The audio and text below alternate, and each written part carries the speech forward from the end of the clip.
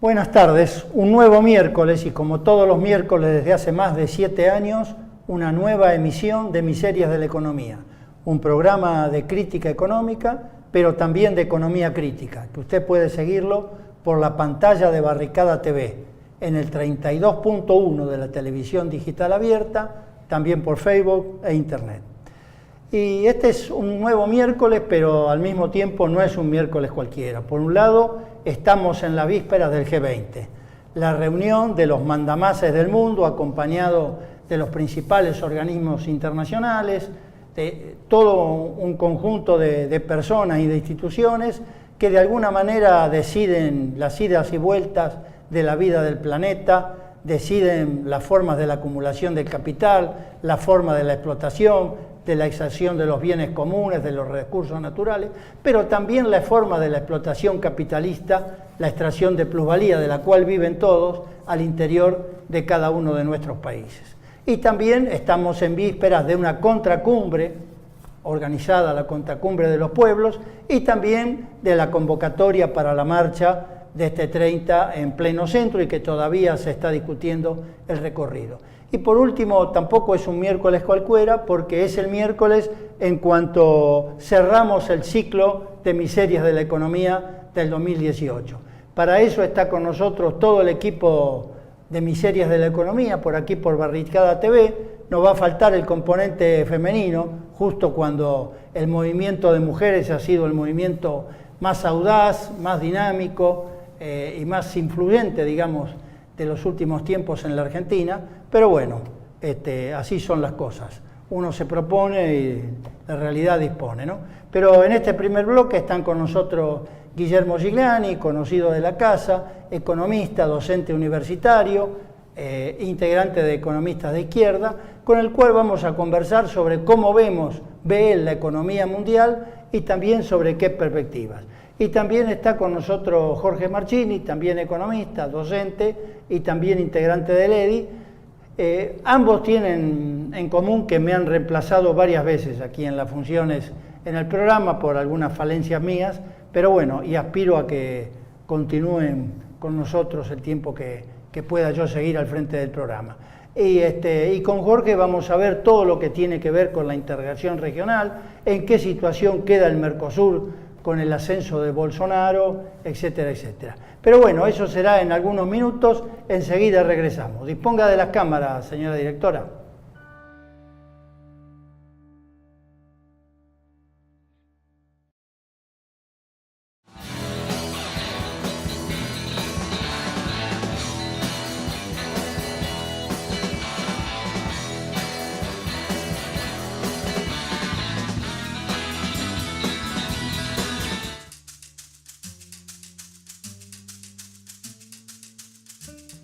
Sé que hay alguna gente preocupada por estas denuncias de los Panama Papers que ha salido y que me ha involucrado a mí.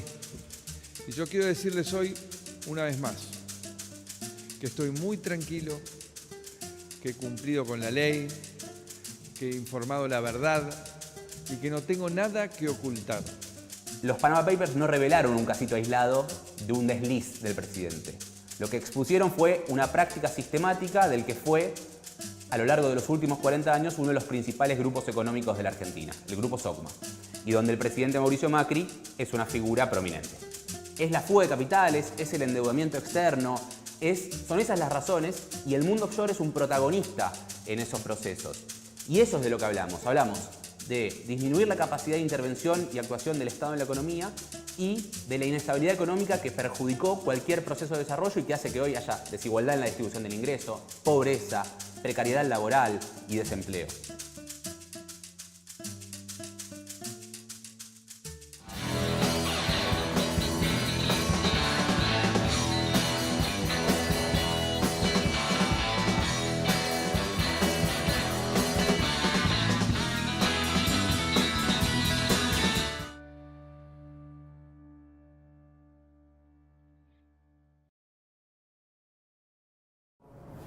Bueno, estamos nuevamente en el aire. Guillermo, Jorge, gracias por venir a este último programa y que la idea es hacer un balance del 2018 y las perspectivas para el 2019. y siguiendo el método tradicional vamos a empezar por lo más general. Guillermo, ¿cómo estás viendo la marcha de la economía mundial? Muchas de las respuestas que uno pueda dar en una conversación de este tipo son comentarios y especulaciones sobre lo que se va a vivir este fin de semana en Buenos Aires. La economía mundial es una economía que por primera vez en décadas de neoliberalismo muestra cimbronazos políticos fuertes, muestra a reuniones mundiales en las que no se concluyen con formalidades, sino que concluyen con peleas y con portazos. Eso ocurre entre China y Estados Unidos, entre Estados Unidos y sus socios europeos, entre Putin y sus socios también europeos, de manera que la economía mundial está asignada por estos enfrentamientos políticos serios en el contexto de una recomposición neoliberal que trae dificultades, como por ejemplo lo del Brexit,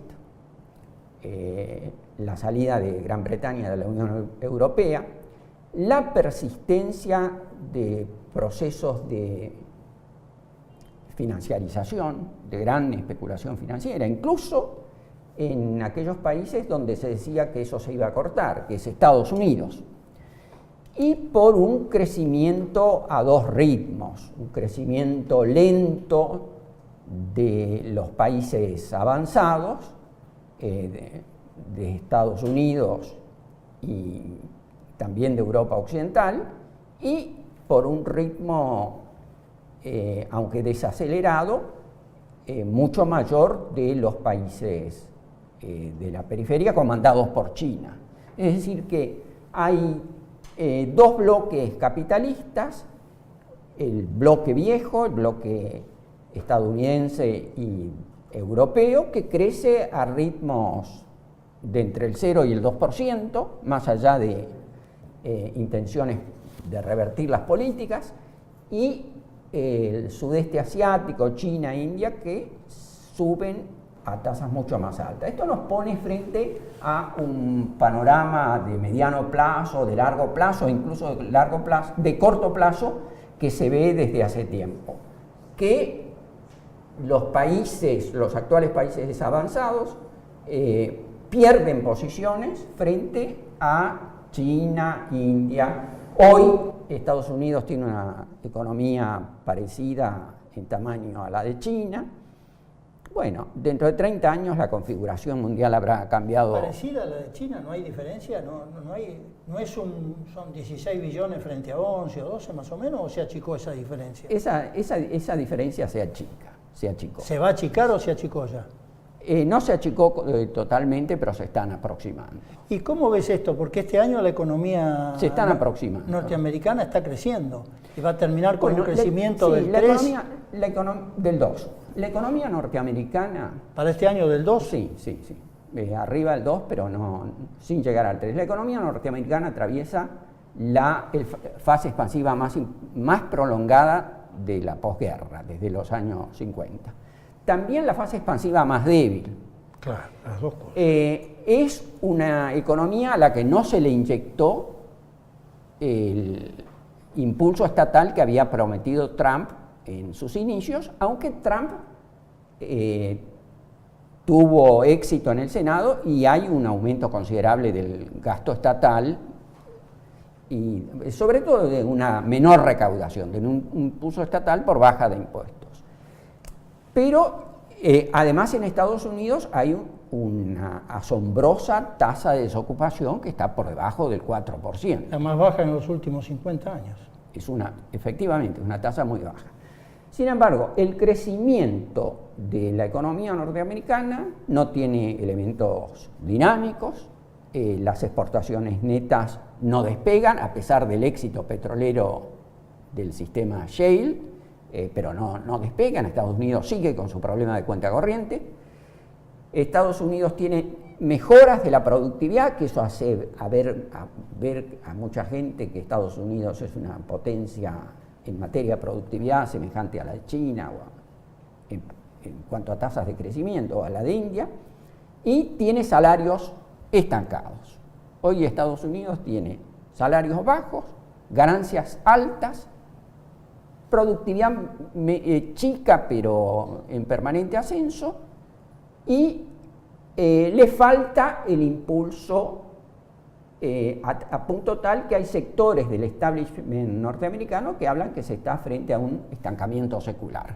Se usa la vieja y equivocada teoría de Alvin Hansen, del presidente de la American Economic Association, que era un keynesiano puro, de pura cepa, que a fines de los años 40 decía que Estados Unidos entraba en un estancamiento secular por falta de demanda, que efectivamente es un...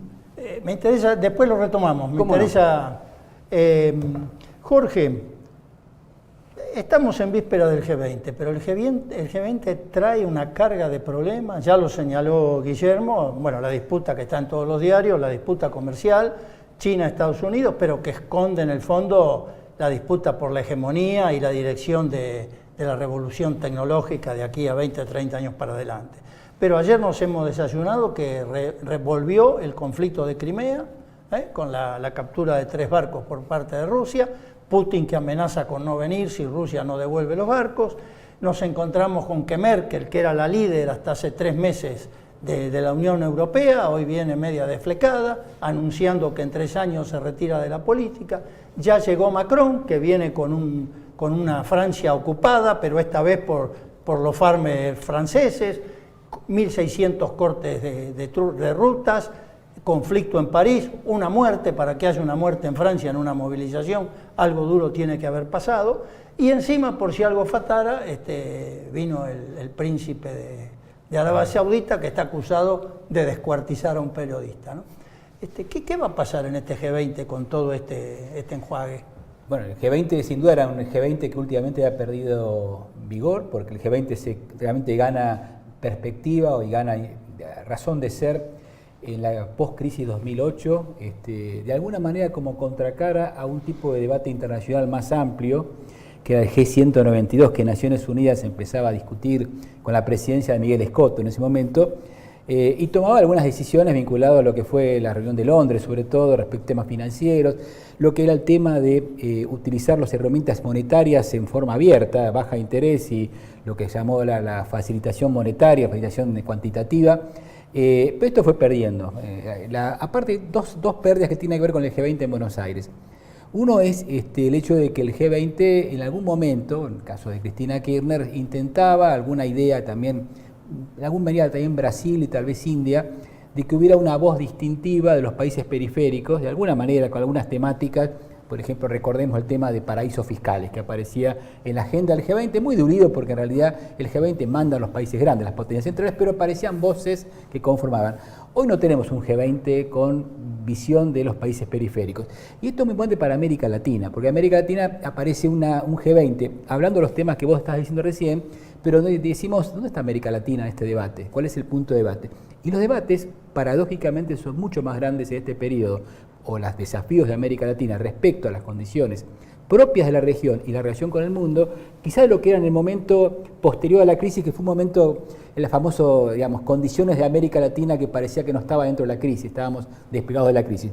¿Cuáles son los temas nuevos? Bueno, hubo cambios en América Latina, cambios políticos primero, ¿no? Gobiernos en Colombia, de derecha, por supuesto, cambio en Argentina, lo que significa el gobierno de Macri, en Guatemala, ¿no? Centroamérica, y sobre todo 2 cambios grandes. El más grande, por supuesto, es Brasil, Bolsonaro, y también México, el que hay también la incógnita planteada.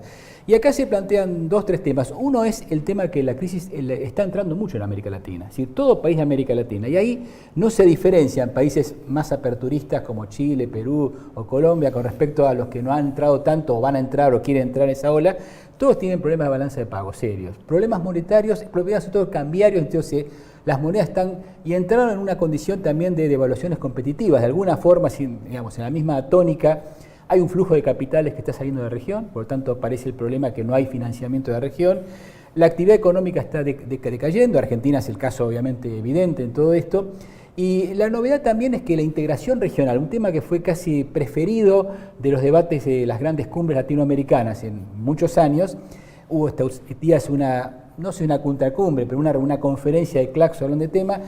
Está el tema de que quedó como un tema del pasado. Quizá, bueno, es una identificación que pasó en los grandes discursos de Claxo respecto a América Latina, pero parecía más la rememoranza de lo que se había logrado de lo que se logró. Pero esa no es una estrategia de la derecha que se propone como el futuro y relega al centro izquierda o al pasado. Sí, por supuesto caricaturiza, pero también es cierto que aparecen dos temas. Uno es el tema de que la desintegración regional es posible. Es decir, un viejo tema que ya estaba latente, que es, por ejemplo, el Mercosur ya no negocia en forma unificada, sino que puede negociar en forma independiente, tema que se ha estado viendo con la negociación con Europa, pero también se abre ahora con la negociación con Estados Unidos, en el caso de Brasil especialmente, y tal vez también con China, porque China también viene para acuerdos comerciales.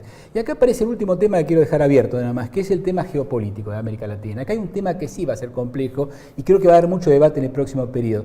En la economía, digamos, una forma de categoría rápida fue que Bolsonaro es el subimperialismo norteamericano. Bueno, Estados Unidos vuelve, como en la década del 60-70, plenamente a la región con un gobierno afín, que va a tener un juego también de todo tipo, político. En realidad va a ocupar el centro en las relaciones y desplaza las ambiciones que tenía Macri. Por supuesto, Argentina es desplazada, es país menor en todo esto, pero lo que también ocurre es que estamos con un cambio enorme respecto a esas décadas anteriores, que es que China está presente en regiones. China es principal destino comercial, principal proveedor de productos, principal también fuente de financiamiento, es decir, estamos hablando de cosas muy importantes, y acá por lo tanto hay un juego geopolítico. Acá se abre un juego geopolítico con muchas dudas y también con muchas condiciones para reabrir el debate de América Latina. Digo esto porque aparece como que el debate está fuera de él. Yo creo que el gran debate de América Latina va a ser qué condición geopolítica llega a América Latina en este momento. La clave un poco la tiene México. Ustedes vieron que México está entrando al nuevo gobierno de López Obrador con un acuerdo comercial que ya no se llama Telesella, sino es un acuerdo comercial con Estados Unidos, en primero, ahora se amplía con Canadá, que es una revisión muy, digamos, con características distintas, hay que analizarlas bien con respecto al acuerdo anterior, pero sobre todo el tema de comprar América, primero América, está presente en la negociación. Pero los trabajadores de la maquila americana se beneficiaron. Está el tema de los $16 como mínimo, hay una negociación nueva, hay también una cuestión no latinoamericana, porque el tema de las complejo automotriz hace que se privilegie las partes locales dentro del área. Ahora, entonces, vos viste el cierre de 5 plantas. 5 plantas de General Motors en este momento, y la pregunta es, ¿México tiene alguna visión de América Latina? ¿Se empieza a ampliar América Latina? Y por supuesto la gran incógnita es Bolsonaro también, es decir, ¿dónde va Bolsonaro? ¿Qué significa esto? Digo porque aparece un gobierno que aparece obviamente con todas las condiciones de lo que significó la campaña de Bolsonaro, la caída del PT, la incapacidad de poder tener un desplazamiento político en las elecciones y el tema de las condiciones económicas. Yo creo que viene un periodo de gran debate. Uno dice, estos periodos con la derecha en los gobiernos es imposible. Yo creo que el debate viene también. Digo esto porque en los momentos geopolíticos hay muchos movimientos. De movimientos que tienen que ver también con el posicionamiento de los países, también con las condiciones económicas. Hay signos de preguntas. Por ejemplo, esto no podemos tener pronóstico, pero la tensión entre Estados Unidos y China sigue. Hay acuerdos, hay digamos, represalias mutuas comerciales. La soja, por ejemplo, 25% de arancel para Estados Unidos.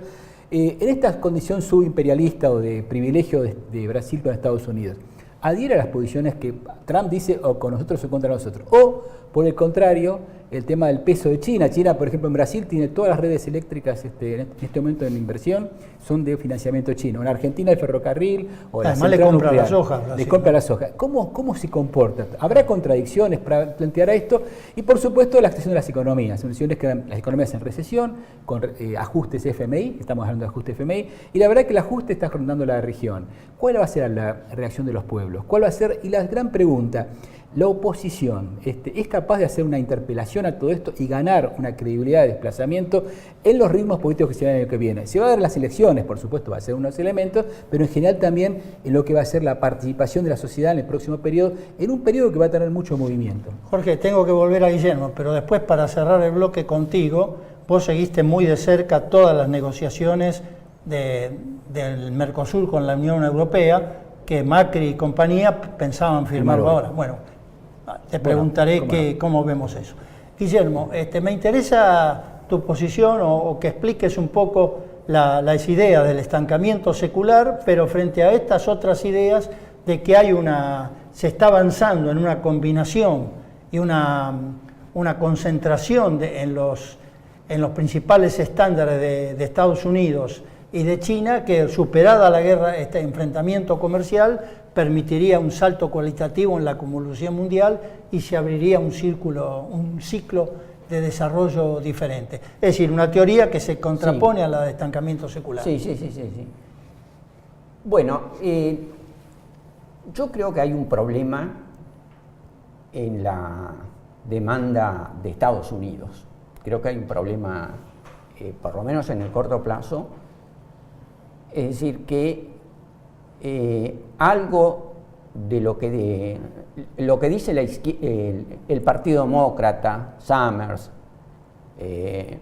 Robert Gordon no es el Partido Demócrata, es cierto. Y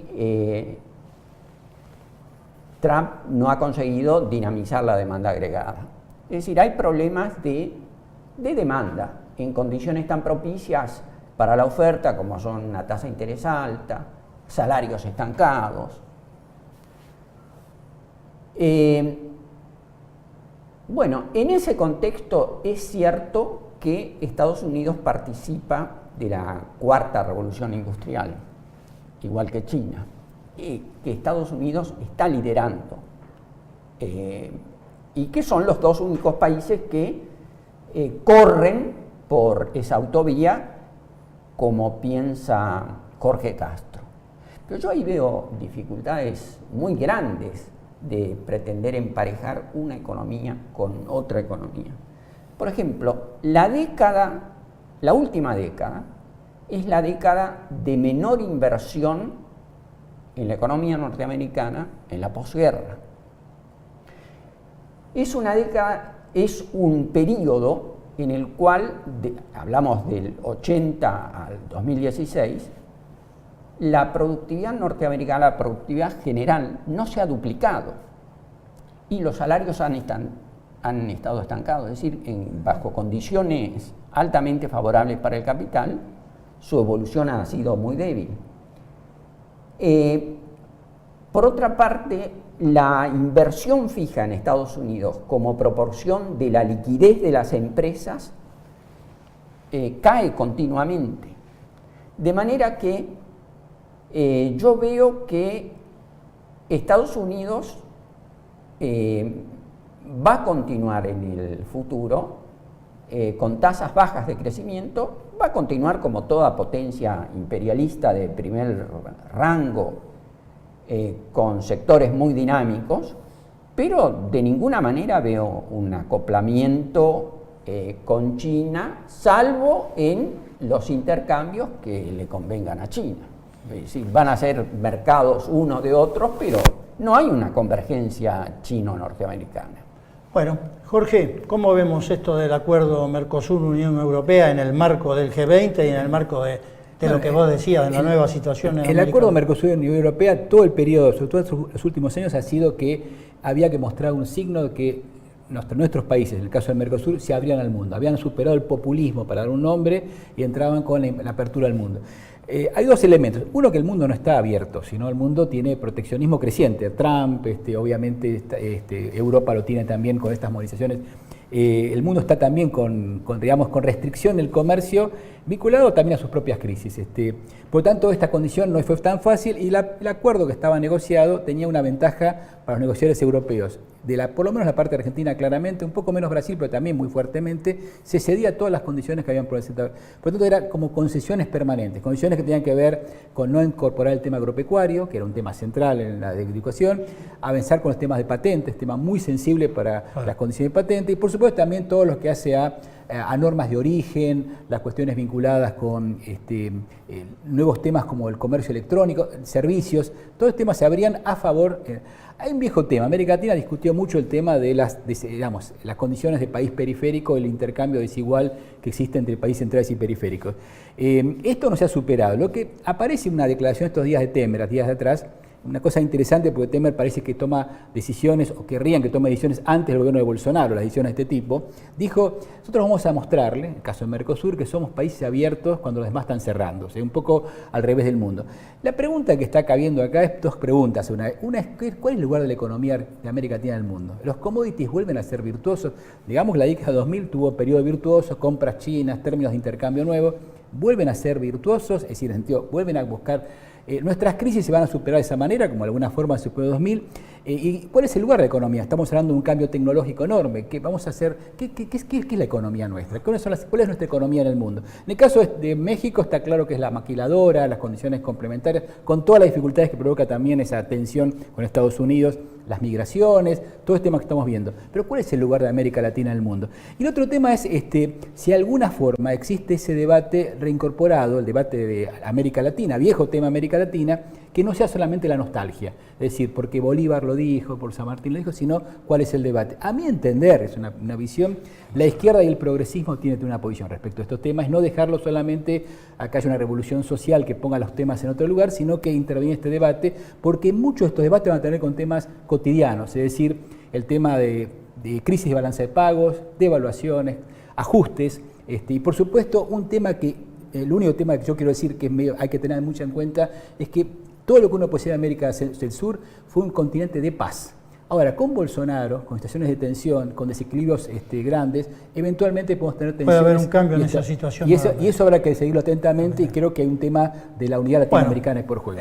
Se terminó el bloque. Las dos intervenciones abren una serie de interrogantes y de debate que seguramente los retomaremos, espero que aquí mismo, el año que viene. Así que sí. Gracias y quédense para el brindis. Vamos a un corte, enseguida regresamos.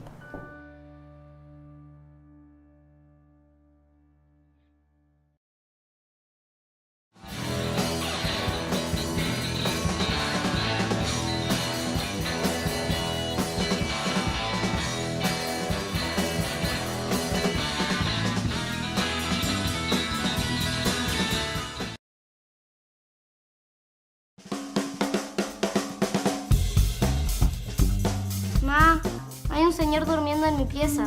No hicimos nada. Cállate. Me gustaría que papà estuviese acá. Pero no está. Qualcuno si è impossessato della luna, signore, quella che sta in cielo. El G20 es un foro donde se reúnen los 20 países geopolíticamente más importantes. Se definen como foro internacional para la cooperación económica, financiera y política, pero abordan temas que van más allá de lo financiero y afectan nuestras vidas. Transición energética, el cambio climático, empleo y educación, género, salud, agricultura, comercio y economía digital, entre otros. Además de los jefes y jefas de gobierno de esos 20 países, participan las instituciones protagonistas de las políticas de ajuste y liberalización de las últimas décadas. El Banco Mundial, el Fondo Monetario Internacional, la Organización Mundial de Comercio y la Organización para la Cooperación y el Desarrollo Económicos, entre otras. El G20 deja afuera a cerca de 180 países del mundo. Se trata de un foro en el cual el 10% toman decisiones para y sobre el 90% restante de los países del mundo. El G20 reúne a los principales responsables de la crisis civilizatoria y de las políticas neoliberales. Implica el saqueo de territorios, la violación sistemática de los derechos humanos y los derechos de los pueblos. Comprometen nuestro futuro. Alcemos nuestras voces y movilicemos contra el G20.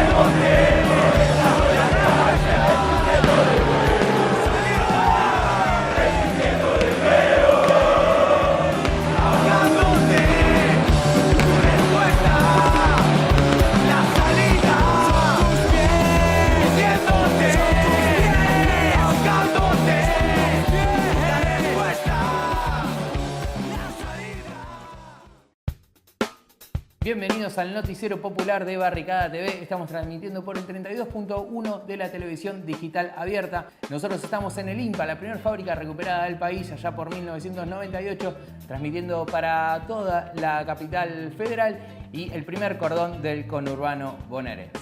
Muchos de nosotros venimos trabajando en el CONICET hace 7, 8 años como becarios y de un día para otro nos quedamos afuera a pesar de haber cumplido todas las, digamos, las instancias académicas.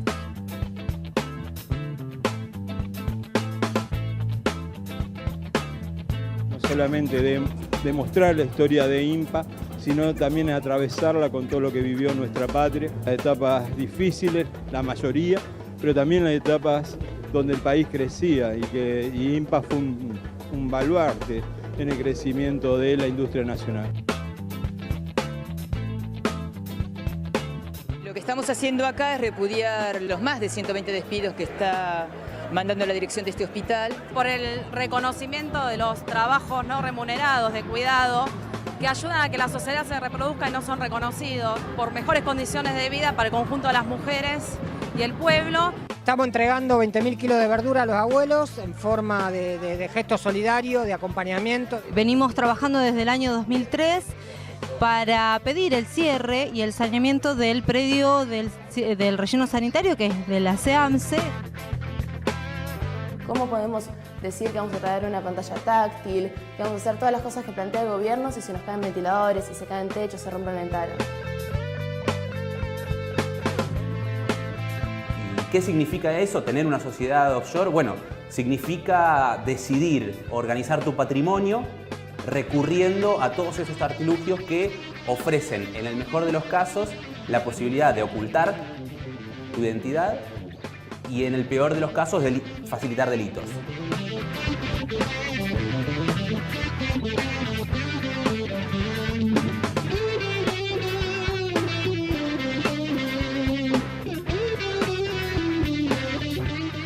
Encontrar en Facebook, Twitter e Instagram.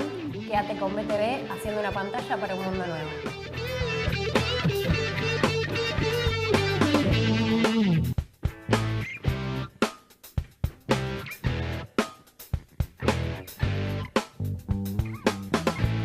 BTV, las noticias que en otros medios no ves.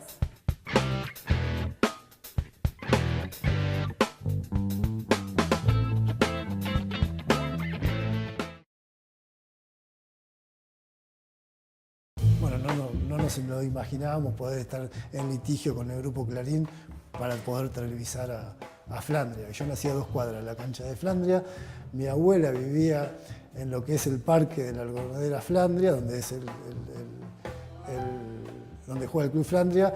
Los domingos, cuando nos juntábamos a comer, terminábamos de comer y la sobremesa era salir caminando para el fondo, no había tejido y estábamos en la cancha de Flandria.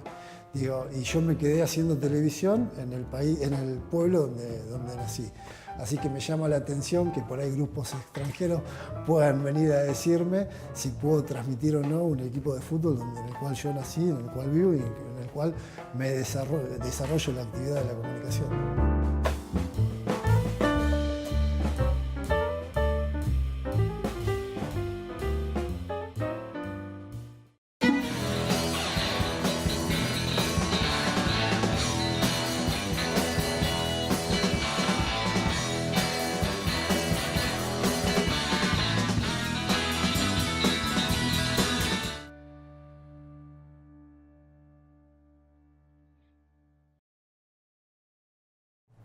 Bueno, estamos nuevamente en el aire y en este bloque, para cerrar el programa y cerrar el ciclo de Miseria 2018, estamos con nuestros panelistas habituales, con Demián García Ufanó, economista, integrante de la agrupación Economistas de Base y quien se hace cargo de la columna de investigaciones económicas, con Mario Hernández, periodista, escritor y que siempre está a cargo de la columna de conflictos sociales, y finalmente con Daniel Campione, historiador y que se hace cargo de la columna de análisis político.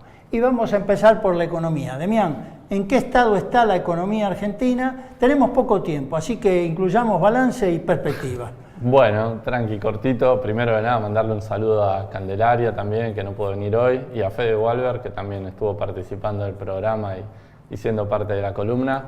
Estamos en un año que me parece que lo podemos caracterizar como donde implosionó el gradualismo que el gobierno trató de construir a lo largo de 2 años y donde la dinámica de la deuda pasa a tener una ascendencia total sobre la política económica del gobierno y que va a marcar gran parte de la dinámica también social, sindical.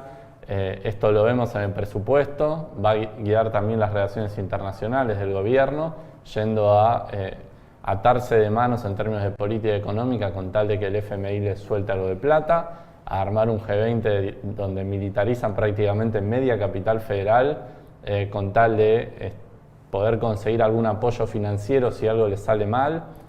Así que para adelante las perspectivas son muy malas realmente, porque lo que este presupuesto delinea es y el acuerdo con el Fondo Monetario Internacional es una caída de la actividad económica, un golpe a los sectores industriales, a todos los sectores que se orientan a producir para el mercado interno, a los sectores de servicios, además de los sectores del Estado que también van a sufrir ese ajuste.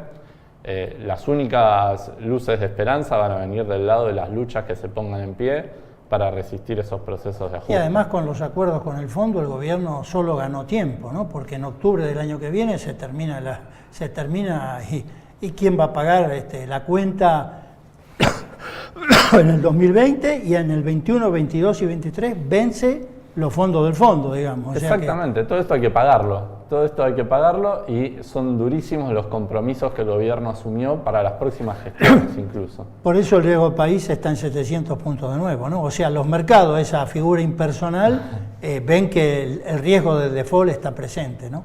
Y por algo, tanto los opositores, sea más, bueno, esto puede hablar campeones, tanto Massa como Kicillof, como del propio gobierno, ya hablan de reestructurar la deuda y de renegociar el acuerdo con el fondo. Ahora, en este marco, Mario Hernández, ¿cómo viste la conflictividad social durante todo este año y qué perspectivas puede haber para el año que viene? Bueno, yo creo que, el elemento central que se vio durante este año, y creo que el año pasado también, fue que la dirigencia sindical le otorgó gobernabilidad al gobierno de Cambiemos. Se luchó mucho, en muchos sectores, contra los despidos, por los salarios, contra las suspensiones, pero digamos no hubo un elemento que unificara esa lucha y en ese sentido la CGT cumplió un rol fundamental al servicio de la gobernabilidad, como te decía, como ya lo había hecho también el año anterior. Yo por eso, en realidad, días pasados, a raíz del encuentro de Claxo, un amigo colombiano, Renan Vega Cantor, me mandó el último número de la revista Cepa. Y en ese último número incluye un cuadernillo internacionalista, 1968, la Rebelión Mundial en el Tercer Mundo. Y dedica una parte muy importante a nuestro mayo del 68 y en particular a la figura de un dirigente sindical que yo quiero reivindicar y contraponer a la dirigencia sindical que tenemos en la actualidad, que es la figura de Agustín Tosco. Y en este trabajo recuerda el debate que se dio con José Ignacio Rucci en el año 1972 en Canal 7. Y fíjense ustedes lo que decía Tosco en la televisión pública, en la actual televisión pública en ese debate. El Movimiento Nacional Intersindical es socialista, levanta la bandera de la liberación nacional y social. Y Rucci le responde, el peronismo plantea la unidad de todos los sectores, no plantea la lucha de clases. Bien lo ha dicho el general Perón. Y Tosco le contesta, nuestra visión de socialismo nace incluso en el programa de Huerta Grande, el manifiesto del 1 de mayo de la CGT de los argentinos y del documento de octubre del Movimiento Nacional Intersindical. Nosotros queremos rescatar los medios de producción y de cambio que están en manos de los consorcios capitalistas, fundamentalmente de los monopolios, para el pueblo, socializarlos y ponerlos al servicio del pueblo. Nuestro punto de vista es que deben desaparecer las clases y que debe existir una sola clase, la de quienes trabajan, y no como ahora que existe la de los explotados que trabajan y la de los explotadores que solo viven del esfuerzo de los demás. Bueno, estamos, creo, en manos del surgimiento de dirigentes de la talla de Agustín Tosco. Bueno, Daniel Campione, ¿cómo viste la situación política este año y cómo ves para el año que viene, que además es el año electoral, ¿no? Sí, un primer señalamiento, este fue el año de la pérdida de la construcción del optimismo y de la fácil salida de la crisis con la que la Alianza Cambiemos asumió el gobierno. Eso se resquebrajó definitivamente. Yo creo que en términos políticos de este año, el año empezó ese 18 de diciembre, con esa manifestación que marcó la resistencia, los límites que se le podían poner desde abajo a las iniciativas del gobierno. Y bueno, después vino el descalabro, el resquebrajamiento, el deterioro del discurso del optimismo del mejor equipo de los últimos 50 años. Fue reemplazado, el gobierno por un momento se quedó prácticamente sin discurso y después lo reconstruyó por el lado de hacer lo que hay que hacer, el ajuste, que esta sea la última crisis, pero con un acortamiento evidente de su capacidad de proponer un bienestar o una salida virtuosa a la sociedad argentina. Frente a eso hay otro fenómeno a señalar, que también en la perspectiva de 2019, ¿cuánto hace que no escuchamos o no vemos en algún medio la frase kirchnerismo residual? Así llamaban hasta hace poco más de un año a lo que quedaba del kirchnerismo, otra locución semejante, los periodistas afines al gobierno. Bueno, no era ningún residuo. Hasta el propio gobierno, con intenciones a discutir, pero propala hoy encuestas en cuyos resultados Cristina Fernández de Kirchner aparece con mayor intención de voto que Macri. Puede ser que lo quieran usar también como espantajo, pero están marcando una realidad. Entonces, esto marca una perspectiva de la que hay que tomar nota. Indudablemente nosotros querríamos que apareciera con más fuerza, con más arraigo, con más proyección, una alternativa situada más a la izquierda. Pero la realidad hoy es que pese a todo y contra todo, el kirchnerismo se ha mantenido como el que puede dar batalla al gobierno. El gobierno lo atizó durante un tiempo buscando la polarización, ahora creo que están un poco más preocupados.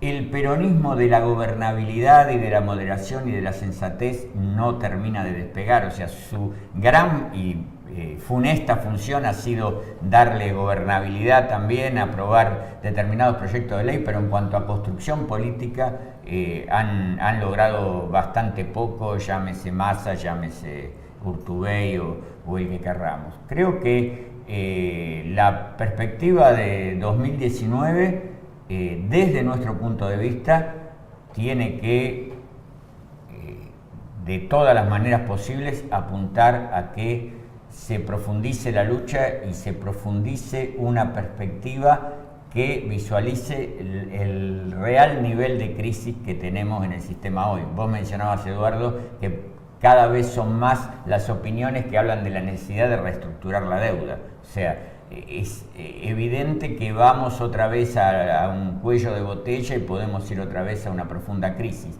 El tema es no solo pronosticar las crisis, sino qué se puede hacer en materia de construcción política para poder tener una respuesta propia y no estar esperando del todos contra Macri una propuesta muy discutible, que es lo que lanzan los sectores que se están sumando hoy al frente de Cristina, como puede ser desde Pino Solanas a Juan Grabois, pasando por el Evita que vuelve al redil, etc. Pero bueno, ¿qué más hay que decir? ¿Qué decir y qué hacer? ¿Qué tercera posibilidad puede haber? No digo para ganar una elección en 2019, pero sí para tener una presencia de izquierda más vigorosa que tercie con una perspectiva anticapitalista, con una perspectiva que replantee la cuestión de la propiedad de los medios de producción y del socialismo en el debate público. Bueno, otros debates que también están en danza, ¿no? La perspectiva política de la izquierda, cómo resolver el problema de la conflictividad social, que muestra que cuando es convocada por las direcciones sindicales la gente responde ampliamente, pero no tiene la capacidad como para autoconvocarse, ¿no?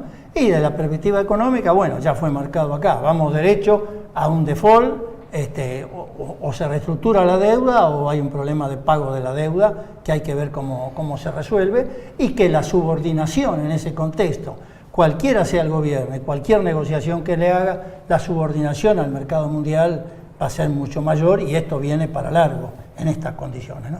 Bueno, vamos a un corte, muy breve el corte, y enseguida regresamos para despedir el año.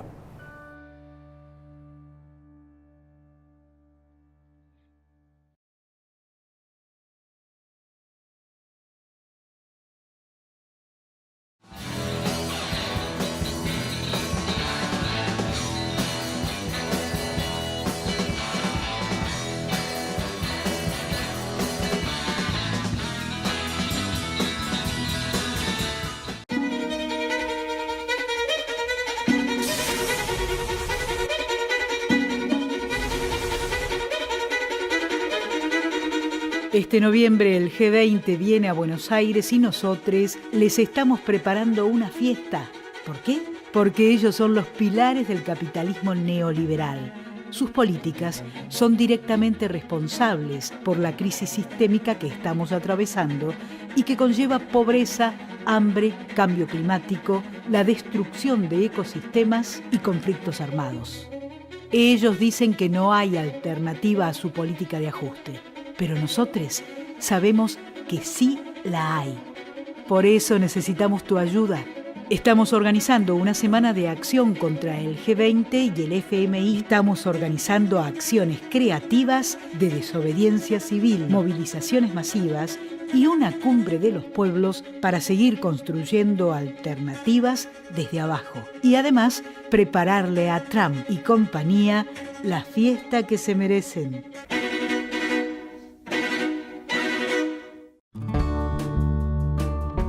La FESOLED se reunió con el canal, tuvieron una reunión donde a partir de esa reunión el programa Involucrados hizo un segmento en su programa donde habló sobre el tema, sobre los derechos de las personas travestis y trans. Que son temas que se tienen que empezar a visualizar más, que es como que no tenemos mucha visualización y es como que se está empezando a visualizar más y como que eso está bueno. Invitaron a hablar a compañeras travestis y a un pibe trans y bueno, hablaron sobre los derechos de las personas travestis y trans. De que tenemos muchos problemas como para pertenecer a la sociedad, que es como la falta de trabajo, el tema de la salud, todas esas cuestiones que por ahí no se tienen en cuenta y no se nombran mucho. Está bueno que se empiecen a nombrar y a tener en cuenta como para que podamos tener una vida mejor y como cualquier otra persona.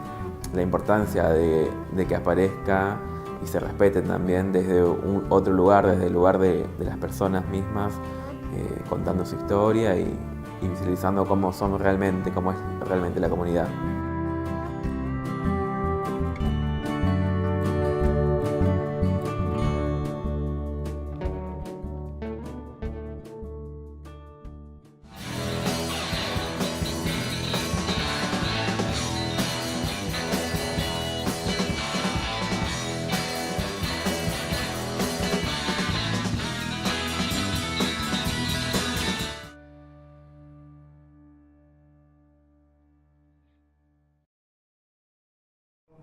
Bueno, y llegó el momento del cierre del año y de la despedida. Y Demián, vos que sos el más joven del equipo de Miserias, ¿por qué brindamos?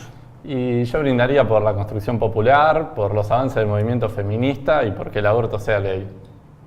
Muy bien, perfecto.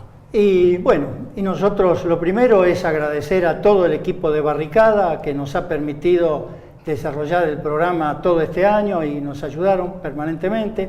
Agradecer también a todo el equipo que me suplantaron varias veces y a los columnistas que le dieron nueva vida al programa, una dinámica diferente. Y también agradecer a todos ustedes, los que están del otro lado de las cámaras, que miércoles a miércoles continúan el programa y también son el soporte de Barricada TV. Así que para este fin de año, lo mejor para todos ustedes, buena aventura personal para todos, con su familia, con sus amigos, con sus seres queridos, pero también hacemos votos para que sea un año de resistencia, un año de lucha, y que esas luchas y esas resistencias se transforme también en una perspectiva anticapitalista. Si no, lamentablemente, la crisis en que está nuevamente sumido el país, esta encrucijada no se va a resolver en términos favorables a los trabajadores y a los sectores populares. Así que lucha, renovar las esperanzas y felicidad para todos ustedes. Feliz año y el mejor año para todos. Muy bien. Salud, salud. Salud, niña.